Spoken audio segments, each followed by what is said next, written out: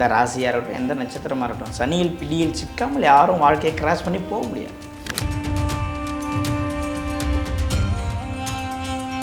பன்னெண்டு ராசிக்காரனுக்குமே பிரச்சனை தான் 2024. யாருக்கு இல்லை? மேஷ ராசிக்கு இல்லையா? ரிஷபத்துக்கு இல்லையா? சரி, மிதுனத்துக்கு இல்லையா? எல்லாருக்குமே பிரச்சனை தான். சனி பகவான் மட்டும்தான் கொடுக்கறதுக்காகவே இருக்கிற கிரகம். அவ்வளோ சீக்கிரம் கொடுக்க மாட்டார். கொடுத்துட்டா திரும்ப வாங்க மாட்டார். திரும்ப வாங்க தெரியாது.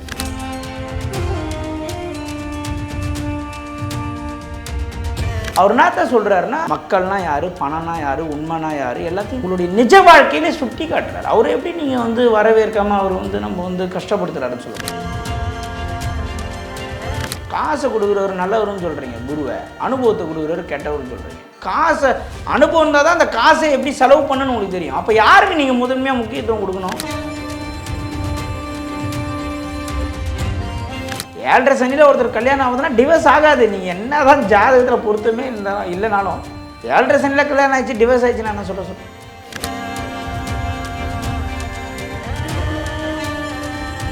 முதல்ல சனீஸ்வர பகவான் கஷ்டப்படுத்துவார்ன்ற ஒரு எண்ணத்தையும் மறந்துட்டு மற்ற கிரகங்களை எல்லாம் நீங்கள் ஆதரிக்கும் போது அவரை மட்டும் ஒதுக்கி வைத்து பார்க்கக்கூடிய மனநிலையே முதல்ல தவறுன்னு தான் சொல்கிறேன். பிஹேன் பக்தி நேயர்களுக்கு வணக்கம். இன்றைய நிகழ்ச்சியில் ஆஸ்ட்ராலஜர் ஏஎல்பி சம்பத் அவர்களோட இணைந்திருக்கும். வணக்கம் சார். வணக்கம். வணக்கம். சனி பயிற்சி அப்படின்ற ஒரு விஷயம் எல்லாருமே பார்ப்பாங்க. ஸோ இந்த புத்தாண்டில் எந்தெந்த ராசிக்கு சனி பயிற்சி இருக்குது அண்ட் அதை பற்றி கொஞ்சம் சொல்ல முடியுமா? இன்றைக்கி கரண்ட் சுச்சுவேஷனில் கும்பத்தில் சனி இருக்கார். நம்ம அஷ்டமத்து சனி, கண்டச்சனி, பாதச்சனி இப்படிலாம் நிறைய ஒரு மனிதனுடைய 120 ஆண்டு காலங்களில் 60 ஆண்டு காலங்கள் சனி பகவான் தாக்கத்தை ஏற்படுத்துகிறார். எந்த ராசியாக இருக்கட்டும், எந்த நட்சத்திரமாக இருக்கட்டும், சனியில் பிடியில் சிக்காமல் யாரும் வாழ்க்கையை கிராஸ் பண்ணி போக முடியாது. எப்படியா இருந்தாலும் நீ மாட்டிதான் ஆகணும். அது அவருடைய கணக்கு. இப்போ இன்றைக்கி கரண்ட்டு சுச்சுவேஷன், இன்றைக்கி இருக்கிற சுச்சுவேஷனுக்கு மீன ராசி உத்திரட்டாதி நட்சத்திரத்துக்கு மிகப்பெரிய வாழ்க்கையில் பாதகம் ஏற்படக்கூடிய டைம். பாதகங்கள் நடந்து கொண்டு இருக்கணும். யாராவதுனாலும் இருக்கட்டும். சார் நான் மீன ராசி உத்திரட்டாதி சார், நான் நல்லா இருக்குன்னு யாரும் சொல்ல முடியாது. மீறி நல்லா இருக்குன்னு சொன்னால் அவருடைய ராசியை குரு பார்க்குறாரு நடத்தும். அப்படியே பார்த்தா கூட 50% நல்லா இருக்கலாம், 50% நல்லா இருக்கலாம், மீதி 50% அவருக்கே கஷ்டம்தான். அப்போது நீங்கள் மீனராசி ரேவதி நட்சத்திரம் உத்திரட்டாதி, ரேவதிலாம் ஓரளவுக்கு அடி வாங்கி 10 மாதம் இந்த லாஸ்ட் 1 இயரில் ஓரளவுக்கு இப்போது ஒரு ப்ரீத்திங் டைம் விடுற டைம். இப்போ உத்திரட்டாதி அடி வாங்கின்னு இருக்கும். கரண்ட் சுச்சுவேஷனில் கல்யாணம் ஆகிருந்தால் டிவோர்ஸு, கணவன் மனைவி பிரச்சனை, கணவன் உதைக்கிறது, சரிங்களா, லவ் பண்ணியிருந்தால் லவ் பிரேக் ஆகிறது, பொண்ணே பையன் மேலே கேஸ் கொடுக்குறது, இல்லை பசங்க எதனா அக்யூஸ்டுன்னு சொல்லிட்டு வாண்டட் லிஸ்ட்டில் போய் அரெஸ்ட் ஆகிறது, வெளிநாடு போனவங்க தப்பிச்சிடுவாங்க. மெயினாக ராசி உத்திரட்டாதினா ஃப்ளைட் ஏறினா தப்பிச்சிடுவாங்க. இல்லை நிறைய பேர் ஃப்ளைட் ஏறிப்பாங்க. இதெல்லாம் நம்ம என்ன நினச்சிக்கிறோன்னா 7.5 சனி ஸ்டார்ட் ஆகிடுச்சு அப்படின்னு நிறைய பேர் நினச்சிப்பாங்க. எனக்கு 7.5 ஸ்டார்ட் ஆகிடுச்சு மீனராசிக்கு, அதனால் இவ்வளோ கஷ்டம். 7.5 சனிக்கும் இதுக்கும் சம்மந்தமே இல்லை. ஒரு மனிதன் எப்போ நல்லா இருப்பான் தெரியுமா? 7.5 சனியில் தான். ஏன்னா அந்த 7.5 வருடங்களில் ஒரு மனிதனுக்கு லைஃப் டைம் செட்டில்மெண்ட்டு கொடுத்துட்டு அவர் போயிடுவார். அதுக்கப்புறம் அவ்வளோதான், நம்ம வாய்ப்பையும் மிஸ் பண்ணிவிடுவோம். ஒரு நல்ல ஜோதிடம் தெரிஞ்சவங்க 7.5 சனி முடிஞ்சிடக்கூடாதுன்னு நினைப்பாங்க.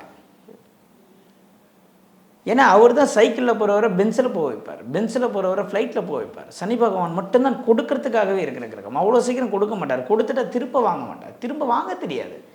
7.5 சனியில் ஒருத்தர் கல்யாணம் ஆகுதுன்னா டிவோர்ஸ் ஆகாது. நீங்கள் என்ன தான் ஜாதகத்தில் பொருத்தமே இல்லைனாலும் 7.5 சனியில் கல்யாணம் ஆயிடுச்சு, டிவோர்ஸ் ஆயிடுச்சுன்னா என்ன சொல்ல அவருக்கு கொடுக்க மட்டும்தான் தெரியும், திருப்ப வாங்க தெரியாது. ஆனால் அவ்வளோ சீக்கிரம் கொடுக்க மாட்டார். ரொம்ப இவன் கொடுக்கலாமா, தகுதியானவனா, சரியானவனா அப்படின்னு பார்த்து ஒரு விஷயத்தை தூக்கி கொடுப்பாரு, கொடுத்துட்டு போயிடுவார், வாங்க தெரியாது. அப்போது மீனராசி என்பவர்கள் எல்லாருக்குமே ஒரு பயம் இருக்கும். 7.5 சனியில் ஃபஸ்ட்டு 2.5 வருஷமே செஞ்சிருச்சே, அடுத்தது ஜென்ம சனி வருது. ஜென்ம சனிக்கு நிறைய பேர் வீடியோ வேறு போடுவாங்க நம்ம ஆட்கள். அப்போ அது என்ன பண்ணணும்? அதெல்லாம் ஒன்றும் இல்லை. 7.5 சனின்னா லவ் ஃபெயிலியரு, 7.5 சனினா டிவோர்ஸு, 7.5 சனினா மிகப்பெரிய ஒரு சொசைட்டியில் உங்கள் நேம் டேமேஜ் ஆகக்கூடிய காலகட்டத்தில் ஒரு மனிதன் வாடுகிறான். அப்படின்னா இந்த வாட்டி இப்போ நம்ம பேசிகிட்டு இருக்க டைமில் மீனராசியை பற்றி பேசலாம். ஏனென்றால் கோச்சாரத்தில் ராகு சந்திரனை கடக்கிறார். இதான் உண்மையான ரீசன்.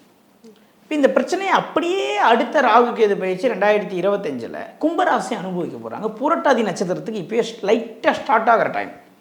இப்போ கும்பராசி புரட்டாதி யாராக இருந்தாலும் ஃப்ளைட் ஏறணும், பிஸ்னஸ் ஸ்டார்ட் பண்ணணும், ஹார்ட் ரிலேட்டடான சின்ன ஒரு ப்ராப்ளம் வரணும், ஹார்ட்டில் பிளாக்கேஜ் வரணும், பணம் லாஸ் ஆகணும், ஷேர் மார்க்கெட்டில் பணம் விடணும், காதல் வயப்படணும், பேர் டேமேஜ் ஆகணும்னு ஒரு கணக்கு இருக்குது. இதெல்லாம் 2025 கும்பராசிக்காரர்கள் எச்சரிக்கையாக இருக்க வேண்டிய காலகட்டம். இப்போ நம்ம என்ன பண்ணுறோன்னா ஒரு ஃபோக்கஸ் பண்ணிடுவோம். என்ன, சனி ஒரு இடத்துலேருந்து ஒரு இடத்துக்கு போயிடுச்சு. அவர் இந்த ராசிக்காருக்கு நல்லது, இந்த ராசிக்காருக்கு கெட்டது. இப்போ நான் என்ன சொல்கிறேன், இப்போது சனி கும்பத்தில் இருக்க, இப்போ 2024 இந்தந்த ராசிக்காரர்களுக்கெல்லாம் நல்லா இருக்குன்னு சொல்லி யாருன்னா பேசியிருப்பாங்க. ஏதோ ஒரு ஜோதிடர் பேசியிருக்கலாம், இல்லைன்னா மக்களே கூட நிறைய பேர் வந்து கேட்டிருக்கலாம் ஜோதிடர்கள்கிட்ட எங்கள் ராசிக்கு எப்படி இருக்குன்னு. அதுக்கு ஜோதிடர்கள் நிறைய விளக்கம் கொடுத்துருக்கலாம். 2024 மகரத்திலிருந்து கும்பத்துக்கு சனி பயிற்சி ஆகும்போது இந்த ராசிக்காரர்களுக்கெல்லாம் ஜாக் பட்டனு. முதல்ல நம்ம அதை கணக்கெடுக்கணும். 2024 இவங்க சொன்ன ராசிக்காரர்கள் அனைவருமே நல்லா இருந்தாங்களா அப்படின்னு கணக்கெடுக்கணும். அது கரெக்டாக இருந்தால் தான் 2025 நீங்கள் கேட்கணும் எனக்கு கேள்வியை. நானாக சொல்கிறேன், 12 ராசிக்காரனுக்குமே பிரச்சனை தான் 2024. யாருக்கு இல்லை? மேஷ ராசிக்கு இல்லையா? ரிஷபத்துக்கு இல்லையா? சரி, மிதுனத்துக்கு இல்லையா? எல்லாருக்குமே பிரச்சனை தான், ஒரு வகையில் பிரச்சனை. சனி பகவான் எல்லாருக்குமே ஒரு மனிதனுடைய 120 ஆண்டு கால வாழ்க்கையில் 60 ஆண்டு காலங்கள் அவரே எடுத்துக்கிறார். அவர் என்னத்தான் சொல்கிறாருன்னா, மக்கள்னா யார், பணம்னா யார், உண்மைனா யார், எல்லாத்தையும் உங்களுடைய நிஜ வாழ்க்கையிலே சுட்டி காட்டுறாரு. அவர் எப்படி நீங்கள் வந்து வரவேற்காமல் அவர் வந்து நம்ம வந்து கஷ்டப்படுத்துகிறாருன்னு சொல்ல முடியும்? ஒரு மனிதனுடைய உண்மையான முகத்திரையை கிழித்து யார் நல்லவன் கெட்டவன் காட்டுறது சனிதான். அவருக்கு வேலையே அதுதான். அதனால் இந்த சனி பெயர்ச்சி அடுத்து வரக்கூடிய கும்பத்திலிருந்து மீனத்துக்கு வரக்கூடிய சனி பகவான் யாருக்கு நல்லதை செய்வார் அப்படின்னு ஒரு கொஸ்டின் வைக்கிறீங்க. உங்களுடைய தசா புத்தி நல்லா இருந்ததுன்னா நீங்கள் முதல்ல தப்பிச்சிடுவீங்க. உங்களுக்கு நல்ல தசை, நல்ல இடத்துல இருந்து ஒரு கிரகம் தசா புத்தியை நடத்துதுன்னா நீங்கள் தப்பிச்சிடுவீங்க. ரெண்டாவது, இந்த மேஷ ராசிக்காரர்களுக்கு 7.5 சனி ஸ்டார்ட் ஆகும். மீன ராசிக்காரர்களுக்கு ஜென்ம சனி ஸ்டார்ட் ஆகும். கன்னி ராசிக்காரர்களுக்கு நேராக 7ஆம் இடத்தில் சனி இருந்து தன் பார்வையை தருகிறார். இவர்களுக்கு எல்லாருக்குமே மிகப்பெரிய அனுபவத்தை கொடுப்பாருன்னு தான் சொல்கிறேன். கஷ்டத்தை கொடுப்பாருன்னு நான் சொல்லவே மாட்டேன். அனுபவத்தை கொடுக்க போகிறார். மீன ராசிக்காரர்களுக்கு உடலில் அனுபவத்தை கொடுப்பார். உடல் ஆரோக்கியம் எவ்வளோ முக்கியம் பார்த்துக்கடா தம்பி. நீ படுத்துட்டேன்னா உன்னை சுற்றிக்கிறவன் ஒரு நாளுக்கு ஹாஸ்பிட்டலுக்கு வருவான், 1 கிலோ ஆப்பிள் வாங்கிட்டு வந்து கொடுத்துட்டு 1 மணி நேரம் உட்காந்து இருப்பான். அதுக்கப்புறம் அவன் வேலைக்கு போயிடுவான். நீ ரிமோட்டை வச்சுக்கின்னு உன் வார்டில் நீ மட்டும் டிவி சேனலை பார்த்துட்டு நீ பார்த்துன்னு இருக்கணும். இதுதான் நட்புன்னு காட்டுவார். மேஷ ராசிக்காரருக்கு என்ன கட்டுவார்? ஏண்டா இப்போ தானே உன்னை அடிச்சுட்டு போனேன் 10 வருஷத்துக்கு முன்னாடி, மறுபடியும் இதேமாரி தப்பு பண்ணுறியே, இது தப்பு, நான் ஏற்கனவே சொல்லிட்டேன், உன்னை நான் சும்மா விட மாட்டேன், உன்னை அசிங்கப்படுத்துவோம் சொல்லி நேமே டேமேஜ் பண்ணி விட்டுருவார். அது ஒரு அனுபவம் தானே கண்டி. சனி பகவான் கஷ்டப்படுத்துகிறாரு, நீங்கள் எடுத்துக்கூடாது, எடுத்துக்கவே கூடாது. கன்னிராசி என்ன பண்ணுவார்? இவங்க யார் மேலே ட்ரஸ்ட்டு ரொம்ப வச்சு எல்லா விஷயத்தையும் ஷேர் பண்ணாங்களோ அவங்க அசிங்கப்படுத்திட்டு போயிடுவாங்க. அப்போ யாரை நம்ப வேணான்றது ஒரு பயத்தை கொடுத்துருவார் கன்னிராசிக்கு. அப்போது சனி பகவான் என்ன பண்ணுறாருன்னா ஒவ்வொருத்தருக்கும் ஒவ்வொரு விதமான அனுபவங்களை பகிர்ந்து கொடுக்குறார். காசை கொடுக்குறவர் நல்லவருன்னு சொல்கிறீங்க குருவை, அனுபவத்தை கொடுக்குறவர் கெட்டவருன்னு சொல்கிறீங்க. காசை அனுபவம் இருந்தால் தான் அந்த காசை எப்படி செலவு பண்ணணும்னு உங்களுக்கு தெரியும். அப்போ யாருக்கு நீங்கள் முதன்மையாக முக்கியத்துவம் கொடுக்கணும்? சனி பகவானுக்கு தான் கொடுக்கணும். உங்களை பிச்சை எடுக்க வச்சு உங்ககிட்ட நான் 100 ரூபா கொடுத்தேன்னா அந்த 100 ரூபாயை பொத்தி பார்த்து 10 ரூபாயை செலவு பண்ணுவீங்க. உங்களை பிச்சை எடுக்கிற நிலைமைக்கு தள்ளுறது சனி பகவான். ஏன்? அடுத்தது உங்களுக்கு 100 ரூபா வரப்போது அதை எப்படி காப்பாற்றணும்னு சொல்லி அவர் வழி நடத்துகிறார். அவரை போய் நீங்கள் என்ன பண்ணுறீங்க? சனி பயிற்சி வருது, யாருக்கு கஷ்டம் வரப்போகுதுன்னு ஒரு கேள்வி. எல்லாருமே சனி பகவானை வரவேற்கணும். அவர் தான் ஆயுள் காரகன், நம்மளுக்கு ஆயுளுக்கு காரகனே அவர் தான். அவர் தான் நம்மளுடைய விதி பயனுடைய முக்கியமான ஒரு பங்கு வகிக்கிறவர். அவரை நம்ம வரவேற்கணும். அவர் கஷ்டத்தை தராது, நல்லதை தராருலாம் அப்புறம். இன்றைக்கி உயிரோடு இருக்கிறோன்னா காரணம் சனி பகவான் தான். முதல்ல அதுக்கே அவருக்கு நன்றி சொல்லணும். அதனால் சனி பயிற்சி எப்பொழுதுமே ஒரு 6 ராசிக்கு ஃபேவராகவும் 6 ராசிக்கு கொஞ்சம் டஃப்பாகவும் தான் இருக்கும். இப்போ இந்த 2 வருஷம் ஒரு ராசி டஃப்பாக இருக்குன்னா அடுத்த 2 வருஷம் மாறும். இதில் எந்த மாற்றமும் இல்லை. இதில் பெருசாக நீங்கள் தான் பரிகாரம் பண்ணலாம் ஜெயிச்சிட முடியாது. ஆனால் சனி பகவானிடமிருந்து தப்பிக்க வேண்டும் என்றால் ஒரே ரூல் தான். தான் பெரிய டாப்பில் நான் தான் சிங்கம், நான் தான் எல்லாம் தெரிஞ்சவன் நான் அப்படின்னு யாரெல்லாம் ஆடுறீங்களோ அவங்கள மட்டும்தான் சனி பகவான் ஒரு அடி அடித்து உட்கார வைப்பாருகண்டி. மக்களை மக்களாக மதிக்கிறவன், மக்களை மனிதனை மனிதனாக மதிக்கிறவன், மரியாதை கொடுப்பவன், தாழ்ந்து செல்பவர்களை சனி பகவான் என்னைக்குமே டச் பண்ண மாட்டார். யாரெல்லாம் ஆணவத்தில் ஆடுகிறார்களோ, பொய்களை சொல்கிறார்களோ, பொய் சொல்வதே வேலையாக வைத்திருக்கிறார்களோ அவர்கள் எல்லாம் சனி பகவான் அவருடைய டைம் ஆஃப் பீரியட் வரும்போது பிடிச்சி செஞ்சு விட்ருவார். மேக்ஸ் டீச்சர், சயின்ஸ் டீச்சர் மாரி சனி பகவானுடைய பீரியடை போகிறதா அப்போ ஸ்டூடெண்ட்டை செஞ்சு விட்ருவார். அப்பயும் கூட அவர் எல்லாரையும் செய்ய மாட்டார். எவன் ஒருத்தவன் ரூல்ஸுக்கு வெளியே நிற்கிறானோ அவனை தான் செய்வார். அமைதி தான் பெரிய ஆள் கிடையாதுன்ற ஒரு கர்வத்தை, தான் பெரிய கொம்பு மொழிச்ச மனிதன் மாரி தான் அறிவில் சிறந்தவன் என்பதெல்லாம் தூக்கி போட்டு சரணாகதியாக இருக்கிற யாரையுமே சனி பகவான் டச் பண்ண மாட்டார். அவருடைய வேலை அது கிடையாது. அவனை தோளில் கை போட்டு தூக்கிட்டு போயிடுவார். இந்த தான் வீட்டில் வேலை செய்கிறவங்கள தாழ்த்தி பேசுறது, தனக்கு கீழே வேலை செய்கிறவங்கள அடிமைப்புத்தனப்படுத்துறது, பொய் பேசுறது, இவங்களெல்லாம் செஞ்சு விட்டுருவார். அவர் வேலை அதுதான். சனி பகவானுடைய வேலை அதுதான். ஆணவத்தை அழிப்பது தான் அவருடைய வேலையை கண்டி நல்லா இருக்கிறவங்களை கெடுக்கிறது இல்லை. அது அவருடைய வேலை. கோடி, அதாவது சனி ப்ளஸ் ஈஸ்வரன் பட்டம், ஈஸ்வரனுடைய பட்டம் வாங்கியிருக்காருங்க. நீதிமான் யாராக வேணாலும், சிஎம்ஆர், பிஎம்ஆர், எம்எல்ஏ, எம்பி யாராக இருந்தாலும் சரி, சனி பகவானுடைய பார்வையில் அனைவருக்குமே ஒரே மாதிரியான பலன்களை கொடுப்பதால் தான் அவருக்கு சனி ப்ளஸ் ஈஸ்வரன் பட்டம். செவ்வாய் பகவான் வச்சான், குரு பகவான் வச்சான். ஏன் சனி பகவான் வைக்காத சனி ஈஸ்வரன் வச்சாங்க.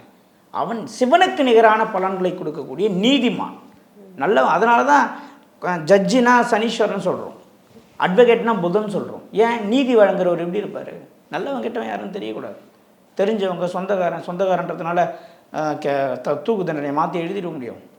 அப்போது நீதி வழங்கக்கூடிய ஒரு கடவுள் யாருன்னா சனீஸ்வர பகவான் தான். அவரை நாம் வரவேற்கணுமே கண்டி, அவரை கண்டிப்பாக அவர் ஏதோ ஒரு அனுபவத்தை தரத்துக்கு நம்மளை நாடி வராரு. ஏதோ ஒரு அனுபவத்தை தரப்போறாருன்னு சர்ப்ரைஸாக நம்ம அந்த அனுபவத்தை ஏற்றுக்கிட்டோன்னா அந்த அனுபவம் வாழ்நாள் முழுதும் உங்களை காப்பாற்றும். நட்புனா என்னன்னு ஒரு அனுபவப்பட்டீங்கன்னா லைஃப் லாங் நீங்கள் நட்புக்கிட்ட உஷாரிப்பீங்க. அதனால் வரக்கூடிய பல இடர்பாடுகளையும் நீங்கள் தப்பிச்சிடுவீங்க.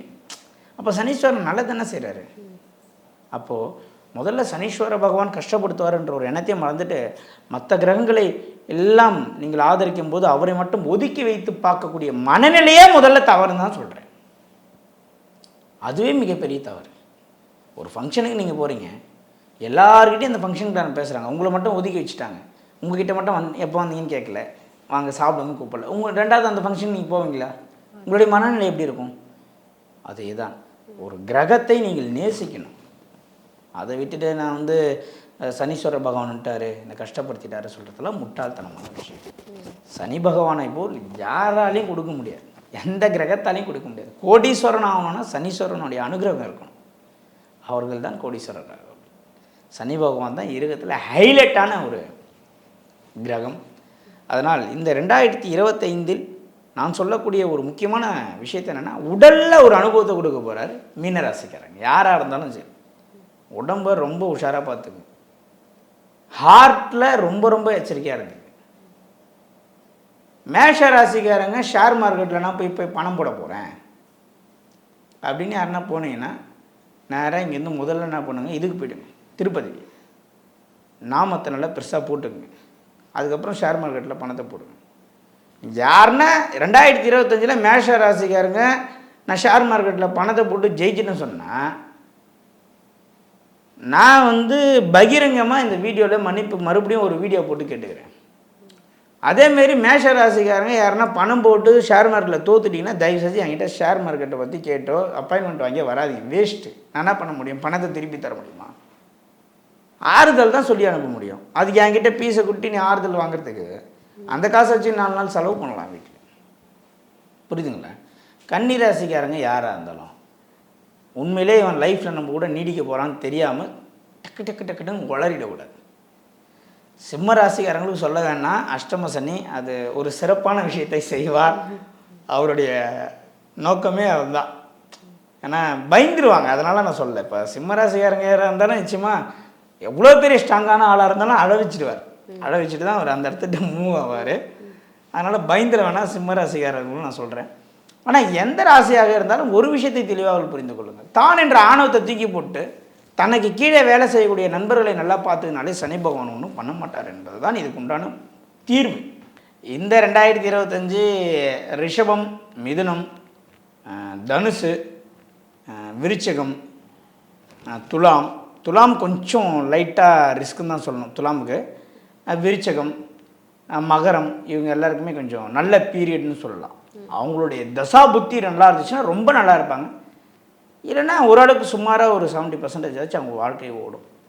மீனம், மேஷம், கன்னி, சிம்மம் இவர்களுக்கு கொஞ்சம் அனுபவத்தை அதிகமாக கற்றுத்தரத்துக்கு சனி பகவான் ரெடியாக இருக்கார். அனுபவத்தை கற்றுக்க போகிறாங்க, அவ்வளோதான். கஷ்டப்படுறாங்கன்னு சொல்லலை, அனுபவத்தை கற்றுக்க போகிறாங்க. அந்த அனுபவத்தை வைத்து மிகப்பெரிய ஆளாவதும் வீழ்வதும் அவர்களுடைய மனநிலையை பொறுத்து இருக்குது. சார், சனிப்பெயர்ச்சி சம்மந்தமாக நிறைய சொன்னீங்க. அந்த 4 ராசிக்கு ஒர்க் அவுட் ஆகும், மீதி இருக்க ராசிக்கு ஒர்க் அவுட் ஆகாது அப்படின்னு சொன்னீங்க. பொறுத்திருந்து மக்கள் அதை பார்ப்பாங்க அப்படின்னு நினைக்கிறேன். அண்ட் ரொம்ப பொறுமையாக பதில் அடிச்சதுக்கு ரொம்ப நன்றி. நன்றி.